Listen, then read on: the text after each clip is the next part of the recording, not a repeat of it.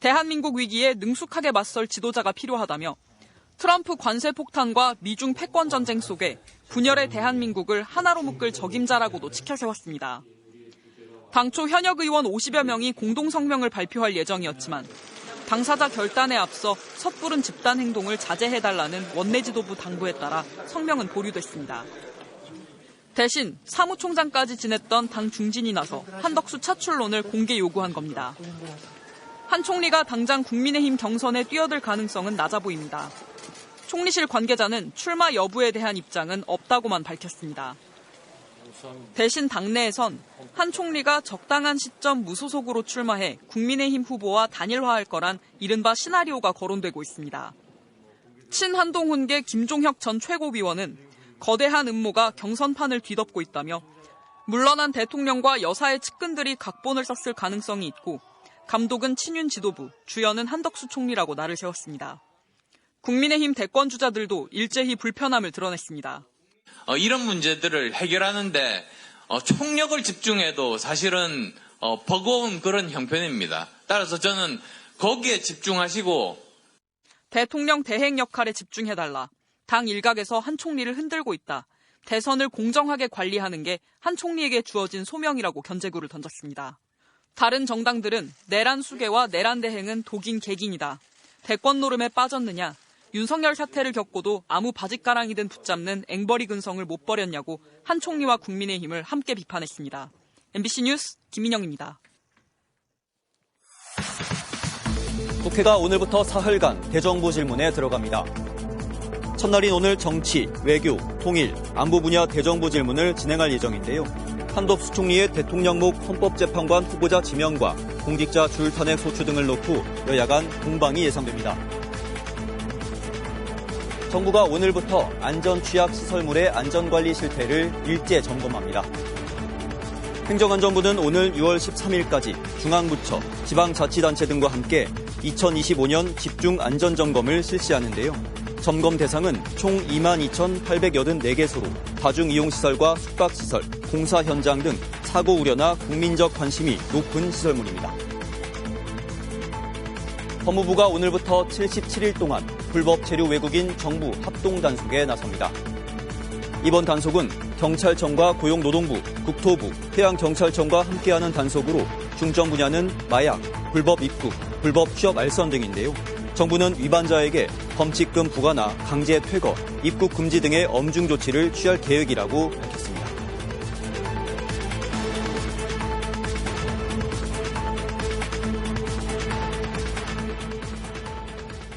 오늘 아침 신문 시작합니다. 요즘 취업난이 심각하죠. 그런데 어렵게 들어간 대기업에서 직원 10명 중 1명은 업무 시간을 쪼개서 이직을 준비하고 있다는 기사 먼저 보겠습니다. 중앙일보입니다. 취업 포털 인크루트의 설문조사에 따르면 300인 이상의 대기업에 재직 중인 응답자 가운데 50%는 여유 시간에 또 12.2%는 일과 시간까지도 이직을 준비한다고 답했는데요. 더 나은 근무 여건을 찾아 또는 회사가 인재에 투자하지 않아서라는 이직 준비자들의 답변도 나왔습니다. 공채가 줄고 수시 채용이 늘면서 채용 시점을 예측하기 어려워진 것도 원인으로 꼽히는데요. 문제는 업무 중 이직 준비가 업무 몰입도와 조직에 대한 충성심을 약화시켜 기업의 손해로 이어진다는 점입니다. 실제 한 대기업에서는 지난해 신규 직원 중 30%가 1년 만에 이직을 이유로 퇴사했는데요.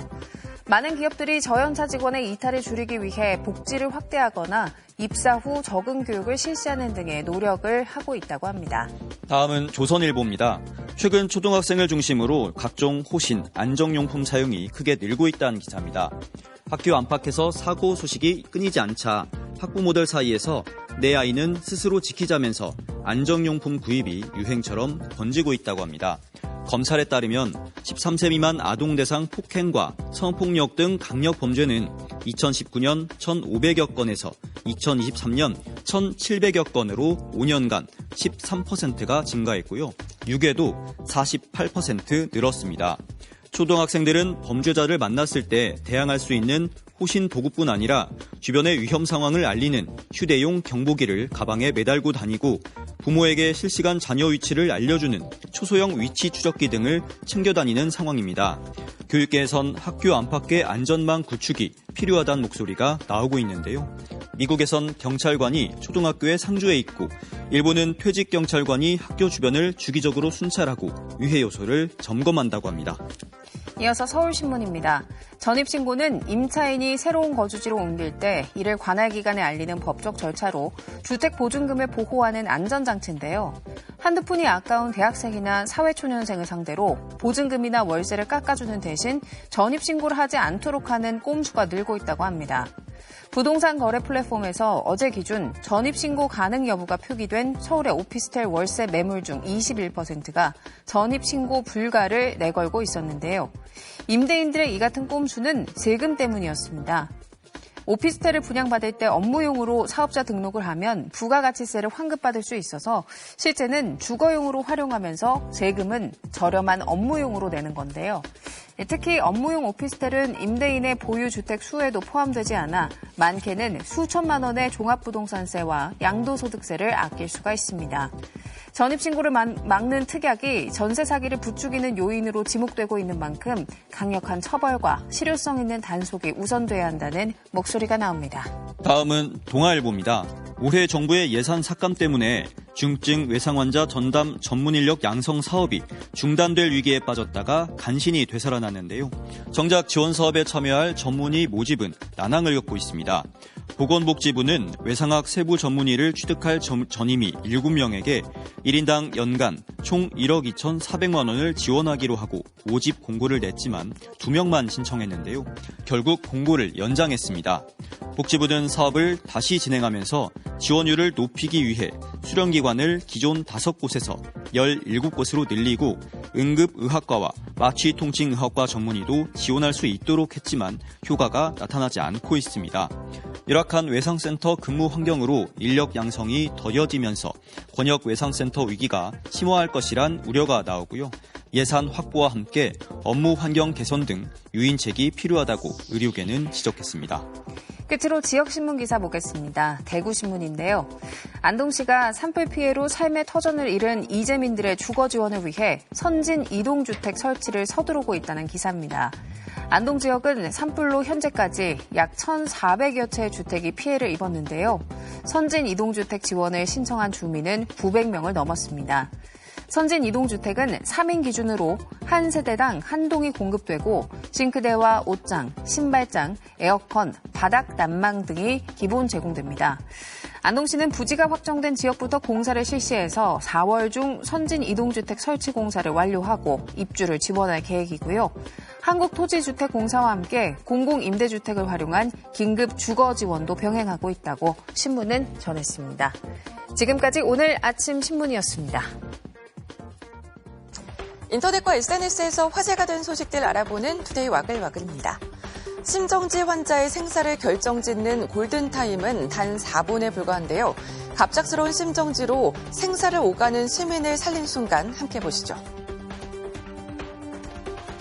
부산 연제고향 지구대로 시민이 헐레벌떡 뛰어갑니다. 숨고를 새도 없이 경찰에 도움을 청하는데요. 손으로 가리킨 방향엔 한 남성이 쓰러져 있었고요. 경찰이 이 남성을 부축해 지구대로 가려는 순간 갑자기 주저앉더니 의식과 호흡이 약해집니다. 경찰은 평평한 바닥에 남성을 눕히고 곧바로 심폐소생술을 시작하는데요. 얼마 뒤 컥 소리와 함께 호흡이 돌아왔고요. 시민의 신고와 경찰의 빠른 대처로 일상을 회복한 남성은 지구대를 찾아와 감사를 전했다고 하네요. 한밤중 승용차 한 대가 로켓이라도 달았는지 불꽃을 튀기며 질주합니다. 어찌 된 일일까요? 영상을 공유한 온라인 커뮤니티에 따르면 고속도로에서 사고를 낸 운전자가 바퀴가 빠진 차를 끌고 도주 중인 모습이라는데요. 운전자가 필사적으로 도망친 이유, 바로 음주운전이었고요. 한 차량 운전자의 추격 끝에 위험한 질주는 막을 내렸다는데요. 영상을 본 누리꾼들은 음주운전 사고 뒤엔 도주가 공식이 된 것 같다며 비판의 목소리를 높였습니다. 최근 제주도의 한 고등학교에 걸린 대자보입니다. 수업 시간에 학생들이 교사가 묻는 말에 대답하지 않자 교사가 학생들을 향해 4.3 유전자가 흘러서 그렇다라고 말했다는 겁니다. 사연이 전해진 뒤 논란이 일자 지난 11일 학교 측이 공식 입장문을 내고 사과의 뜻을 밝혔습니다. 해당 교사는 학교 측에 학생들이 수업 시간에 더 적극적으로 임하면 좋겠다는 의미였고 제주 4.3을 비할 의도는 전혀 없었다고 해명한 것으로 전해졌는데요. 학교 측은 해당 교사에게 사안의 엄중함을 경고했고 재발 방지를 위한 근본적 대책 마련에 최선을 다하겠다며 고개를 숙였습니다. 네, 미국의 유명 가수가 미국 최대 음악 축제 코첼라 공연 도중 아찔한 사고를 겪었는데요. 영상 함께 보시죠. 미국 싱어송라이터 데이비드가 환호하는 관중 앞에서 공연을 펼치는데요. 구조물을 밟고 멋지게 공중제비를 시도하려다가 그만 꽈당 착지에 실패하면서 바닥에 얼굴을 부딪히고 맙니다. 민망한지 미소를 띤 채 무대에 드러누워 있다가 공연을 이어가는데요. 다행히 많이 다치지는 않은 것 같죠. 현지 시간 11일 캘리포니아에서 열린 미국 최대 음악 축제 코첼라 무대에서 벌어진 일인데요. 데이비드는 실수를 만회하려는 듯 다시 한번 공중제비를 시도했고요. 두 번째엔 멋지게 성공했습니다. 데이비드는 자신의 SNS에 공중제비 실패 영상과 성공 영상을 연달아 공유했는데요. 팬들은 하마터면 큰일 날 뻔했다, 다치지 않아 천만다행이라는 반응을 보였습니다. 매장 앞에 길게 늘어선 줄, 끝이 어딘지 보이지도 않습니다. 미국의 한 식료품 체인점에서 판매하는 우리 돈 약 4,300원짜리 한정판 에코백을 사기 위한 줄인데요. 최근 미국에서는 이 가방의 인기가 치솟으면서 매장 문이 열리기 전부터 손님이 몰리는 오픈런 행렬이 이어지고 있다는데요.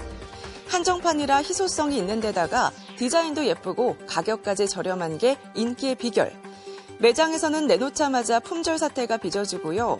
워낙 구하기 어렵다 보니 중고 가격도 천정부지로 뛰어 70만 원이 넘는 가격에도 팔린다는데요. 중고가가 치솟자 업체 측은 제품 재판매를 묵인하지 않고 이를 막기 위해 최선을 다하고 있다며 공식 입장문까지 냈다고 합니다. 사람을 닮은 휴머노이드 로봇이 도로 위를 달립니다. 중국 베이징에서 열리는 휴머노이드 로봇 하프 마라톤 대회를 앞두고 열린 도로 테스트 현장인데요. 대회는 어제 열릴 예정이었지만 강풍 예보로 오는 19일로 연기됐는데요. 이번 마라톤은 사람과 인간 모양의 이족 보행 로봇이 함께 참가하고요. 안전을 위해 트랙을 분리해 3시간 반 동안 달리는데요. 배터리와 선수 교체는 가능하지만 중간에 코스를 이탈하거나 다른 선수에게 피해를 주면 실격 처리된다고 합니다. 휴머노이드 로봇 마라톤이 열리는 건 이번이 세계 최초인데요. 우승자에게는 약 100만 원 정도의 상금도 지급된다고 하네요. 투데이 와글와글이었습니다.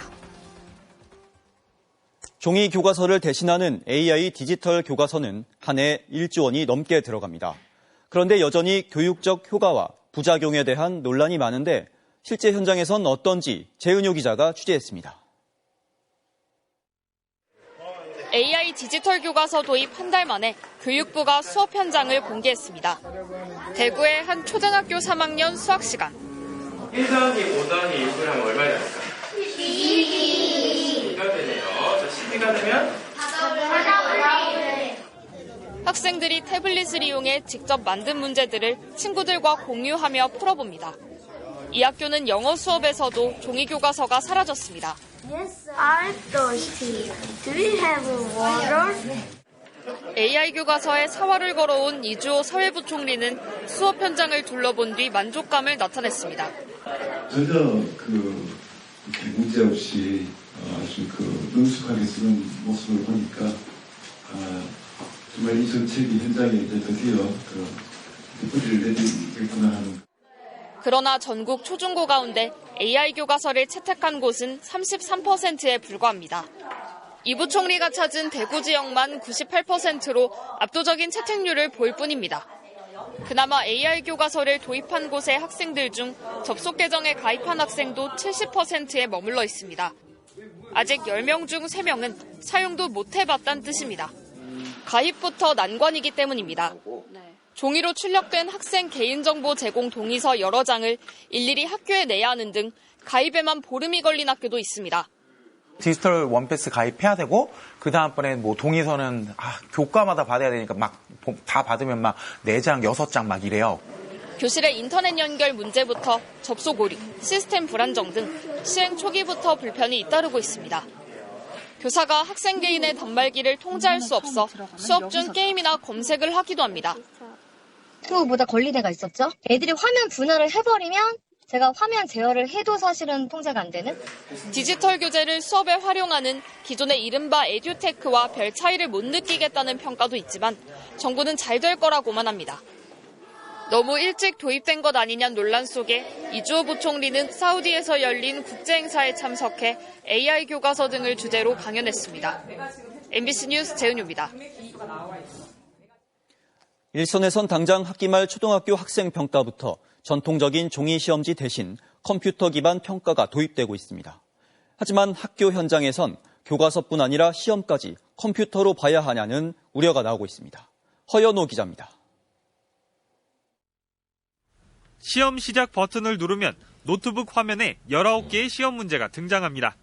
단순한 객관식 문항뿐 아니라 제시된 영상을 활용한 문항부터 이 지도를 함께 볼까요?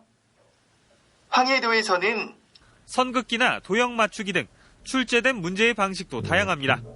지난 2022년 일선 초등학교에 도입돼 학기 초 치러지고 있는 학업 성취도 평가입니다. 전북교육청은 학기 말에 치르는 지필 시험까지 이 같은 컴퓨터 기반 시험 방식으로 대체하겠다는 계획입니다. 학생들이 학습하는 방법도 달라지고 있어서 학교 현장에서는 평가의 방법도 좀 달라져야겠다는 그런 요구가 있는 것이 사실이에요. 하지만 현장에서는 우려의 목소리가 나옵니다. 수행평가 방식으로 그 과정 안에서 평가를 충분히 하고 있다고 생각을 하는데 굳이 멀티미디어 자료를 평가 안에 그냥 집어넣을 수 있다는 것이 저는 장점일지. AI 교과서 도입 과정에서 확인된 것처럼 디지털 과몰입이나 문해력 저하에 대한 학부모들의 우려도 큽니다. 그냥 채점하기 편하다? 그거 외에는 크게 의미가 없다고 생각을 해요. 그렇게 장시간 또 집중도를 높여서 결과물을 내야 되는 시험에 도입하는 거는 학생 개인별로 일일이 로그인을 해야 하는 등 시험 준비에 과다한 시간이 소요되거나 아이들의 집중력 저하 등의 문제로 오히려 평가가 제대로 이뤄지지 않는 주객전도의 상황이 이어질 수 있다는 지적입니다. MBC 뉴스 허연호입니다. 중국에서 매우 강한 수준의 태풍급 바람에 피해가 속출하고 있습니다. 폭설과 폭우까지 동반되면서 4월 중순의 기상이변이 동시다발로 나타나는 모습입니다. 베이징에서 이필희 특파원입니다. 차량 뒤쪽에 붙은 간판을 운전자가 치우려는 순간 또 다른 간판들이 바람에 날려와 운전자를 덮칩니다. 철제 판자가 길을 걷던 여성을 덮치고 뒤따라오던 사람도 바람에 넘어지고 맙니다. 배달원들은 강풍에 이리저리 휩쓸렸고 아파트 외벽이 강풍에 뜯겨지면서 배달원 머리 위로 떨어지기도 했습니다.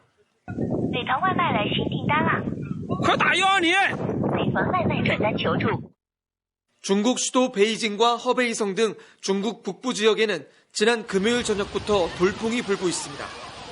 최대 시속 165km, 매우 강 수준의 태풍급 바람이 불면서 곳곳에서 피해가 속출했습니다. 안우이성에서는 자전거를 타던 55살 여성이 바람에 쓰러진 나무에 깔려 숨졌고 베이징에서는 쓰러진 나무가 840여 그루에 달했습니다.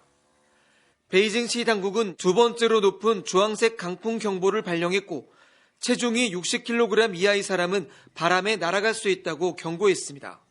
이 같은 강풍의 원인은 북쪽에서 내려오는 공기가 예년보다 훨씬 차가워졌기 때문입니다. 它的冷暖空气的对峙的强度比一般的冷空气活动的时候要更剧烈。 이례적인 찬 공기에 내몽골에서는 폭설이 쏟아져 고속도로가 통제됐고 우한에서는 폭우로 도시가 침수되기도 했습니다. 내몽골에서 발생한 황사는 장수성과 상하이, 스촨성 등 중국 중부지방까지 날아가고 있습니다. 베이징에서 MBC 뉴스 이필입니다.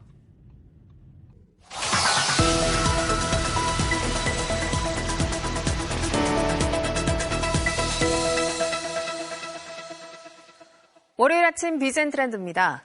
최근 대형마트의 의무 휴업일을 평일로 옮기는 지자체가 늘고 있습니다.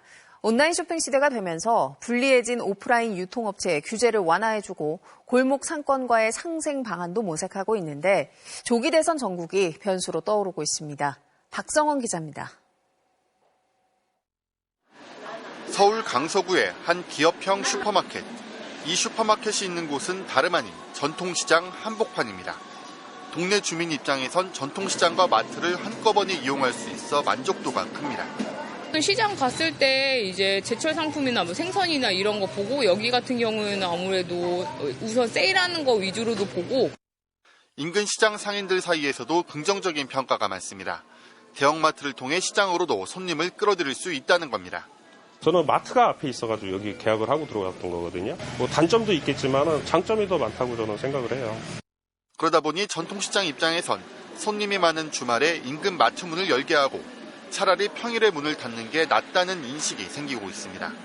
온라인 쇼핑이 커지면서 전통 유통 채널끼리 일종의 상생을 모색하는 건데 실제 전국 지자체 70여 곳이 이런 사정을 감안해 관내 대형마트 의무 휴업일을 평일로 변경했습니다. 하지만 반발도 여전합니다. 골목상권 입장에선 막대한 자금력을 앞세운 대형마트를 따라잡기에는 역부족이라는 겁니다. 가격대로도 따라갈 수도 없고요. 또 그 이미지도 따라갈 수도 없고요. 소규모는 힘들다는 생각이. 대형마트 의무 휴업일을 주말에서 평일로 바꿨더니 주변 상권 매출이 늘었다거나 오히려 영세업체의 폐업률이 증가했다는 등 정반대의 연구 결과가 나오고 있습니다. 여기에 마트 노동자들의 주말 휴식권 문제까지 얽혀 있습니다. 유통업에서 온라인 점유율이 50%를 넘은 만큼 현재 유통 규제를 근본적으로 재검토해야 한다는 지적이 이어지고 있습니다. 대형 할인마트하고 주변 상권은 보완관계로 보는 게 적절하고 따라서 이 규제를 하는 것이 적절한지 다시 생각해볼 시점이 왔다. 내수 침체가 장기화하는 상황에서 대형마트 영업 제한과 기업형 슈퍼마켓의 출점 제한 규정 등은 이번 조기 대선 국면에서 중요 정책 이슈로 떠오를 전망입니다. MBC 뉴스 박성원입니다.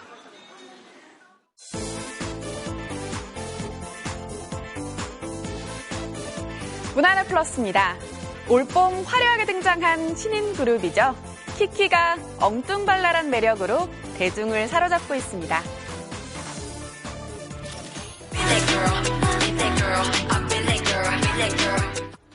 2025년 봄 가요계 돌풍을 일으키며 등장한 신인 그룹 키키가 그들만의 매력을 뽐내고 있는데요.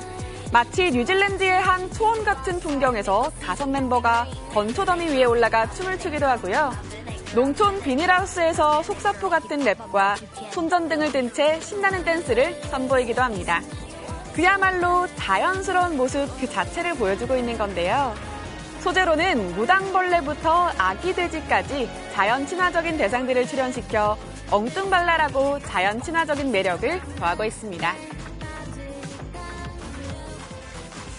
그룹 에이티즈가 북미에서 더 많은 팬들과 만난다는 소식입니다. 에이티즈 2025 월드투어 인여 판타지 북미 공연 횟수가 늘어난 건데요. 오는 7월 22일 개최 예정이던 올랜도 공연은 하루 전날 1회차를 추가해 이틀 공연이 됐고요. 8월 8일 로스앤젤레스 공연도 다음날 1회차를 추가해 이틀 연속 팬들과 만나게 된 겁니다. 이로써 에이티즈는 북미 12개 도시에서 모두 14회 공연을 하게 됐습니다. 에이티즈 2025 월드투어 인여 판타지는 오는 7월 5일과 6일 양일간 인천에서 화려한 시작을 알립니다. 오는 16일 개봉하는 영화 야당이 개봉 전부터 전체 예매율 1위를 기록하며 힘차게 달리기 시작했습니다. 범죄 혐의가 있으면 수사하는 게 검사야. 그게 뭐 이상해? 이름이 뭔지 모르지. 영화 야당이 개봉 3일 전까지 전체 예매율 1위를 기록하고 있습니다. 야당은 대한민국 마약판을 설계하는 브로커 야당을 중심으로 벌어지는 마약범죄 소탕 영화인데요. 야당이라는 브로커를 다루는 첫 번째 영화로 마약 수사 뒷거래 현장을 생생하게 담아낼 것으로 기대되고 있습니다. 황병국 감독은 실제 마약 사범을 만나고 인터뷰하면서 현실을 담으려고 노력했다고 밝히기도 했는데요. 배우 강하늘, 유해진, 박해준 등 흥행 고중수표 배우들이 이번에도 통할지 기대가 모이고 있습니다.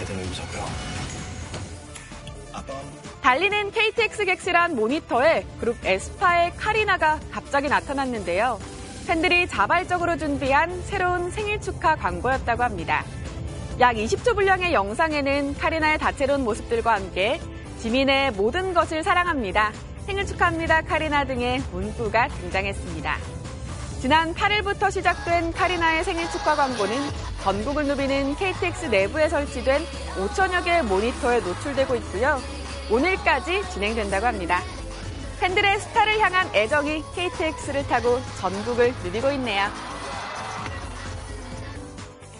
가수 윤수연이 한알령을 깨고 처음으로 중국 무대에 올랐습니다. 윤수연은 4월 12일 저녁 중국 하이난성에서 열린 한중 교류 기념 행사에 초청받았는데요. 한국 국적의 대중가수가 한알령 이후 중국 본토 공연에 공식 초청돼 무대에 선 것은 이번이 처음입니다.